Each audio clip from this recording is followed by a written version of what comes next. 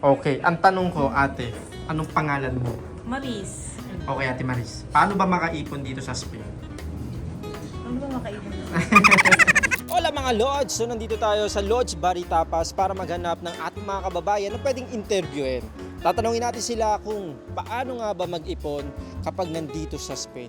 Kung anong mabibigyan nilang advice sa mga OFW na gusto pumunta dito sa Spain at sa iba pang bansa. Kung paano yung diskarte na ginagawa nila para mas makaipon sila ng pera.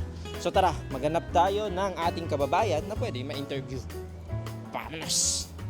Hindi naman sa tao yan, hindi kailangan mag-tipid. Pero hindi mo pwedeng tipidin yung sarili mo. Okay. Bili mo yung kailangan mo lang. Hindi yung pag may nakita kang parang susunod ka sa uso. Ikaw, ate, anong pangalan mo? Rana. Paano makapag-ipon? Ma-advise mo sa mga ibang OFW or gusto maging OFW?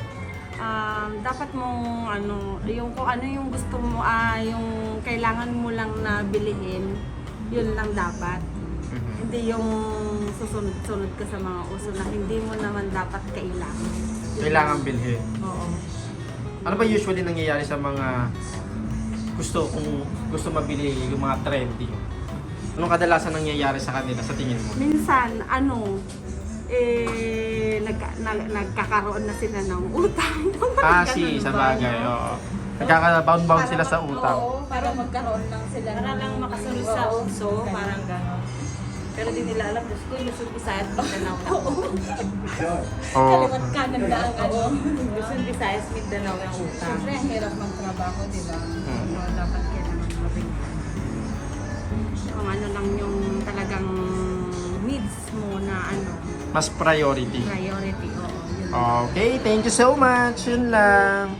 Paano makaipon sa ibang bansa? Katulad ninyo, taga Sweden or taga sa Spain. Sino mo nasasagot? Hindi ako naman. First honor. The birthday girl! First honor yan. Ano po pangalan nila? Wayne. Rowena. Ay, ako sa So ano pong masasuggest ninyo? Paano pong makaipon sa ibang bansa? Siyempre maraming gusto maging OFW, makapunta sa Sweden, makapunta sa Spain. Ano pong ma-advise nyo sa kanila? Just work hard. Hindi, talaga ipon lang din talaga. Kasi trabaho tayo ng trabaho, di ba? Yes. Oh. Hindi ako. At saka para na rin sa future ng mga anak-anak. So paano po nila yung gagawin? May bibigay po ba yung tips? Kasi siyempre maraming nag-iibang bansa pero hindi naman talaga nakakaipon. Hindi nga, katulad ko. Wrong person. Hindi, okay naman na. Naging stable naman na. After nung nakatapos na yung mga dapat makatapos sa Pinas, so okay na. Pwede nang sarili ko naman ang isipin ko, di ba? Wow, yes. Okay, ito naman yung alam ko nagbebenta ng kondo. Binibenta yung kondo niya. Ako na God. Ikaw na. Hindi, ako aside from work, may business din. Di ako masasahod. Tinda-tinda, bags. So ano-ano Ay, pa. gusto ko yung bag. Oo, bago. Yung pera dapat money management yan. Maglaan sa savings, sa gastos, divide. Para makaipon. Check. Yes, yun lang. Okay, next. Ako, pangalan nito, yung tati ko kasi nag-suggest na magtayo kami ng paupahan sa Pinas. So nilaanan ko yon, and then after that hindi na ako magpapadala sa kanila dahil yun na yung kanilang income. Yes. So yung Ayun na yung ginagamit nila. yun na yung ginagamit nilang income para hindi na sila umasa sa akin. Sisi. So yun lang. Okay. Ano po pangalan nila? Raquel. Okay. Raquel. From Sweden. Yeah. From Sweden. Ayan. Yeah.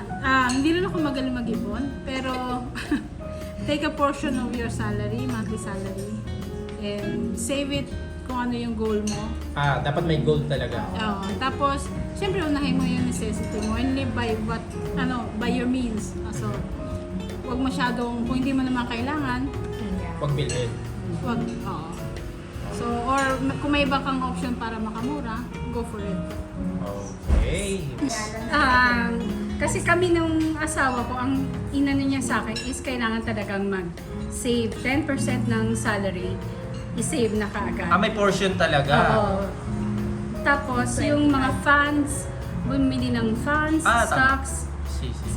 sa ganun. So, nandun lang yun for long time savings para kapag retirement, doon na lang kukunin yung pera. Mapaghahandaan talaga yung Oo. future.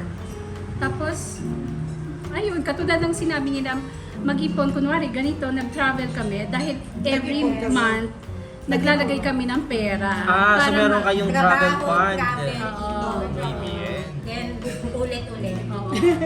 Tapos, ano Trabaho pa ba? ulit, ipon, travel. Oo, ayun, kung kunwari, yung mga shopping tips, lalo na sa girls, bumili ng mga gamit kapag may sale, di ba? Hindi naman kailangan yung Original price. original price. Lalo na kung hindi kailangan. Okay. Saka talagang Mag-isipan bumabagsak mabuti. naman. Oo.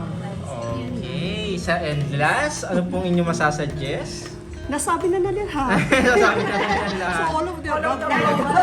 Nandun na wala nang masabi. Wala naman sabi, tama yung ano, yung... Ano na lang po masasabi ninyo or ma-advise nyo sa mga gustong mag-ibang bansa?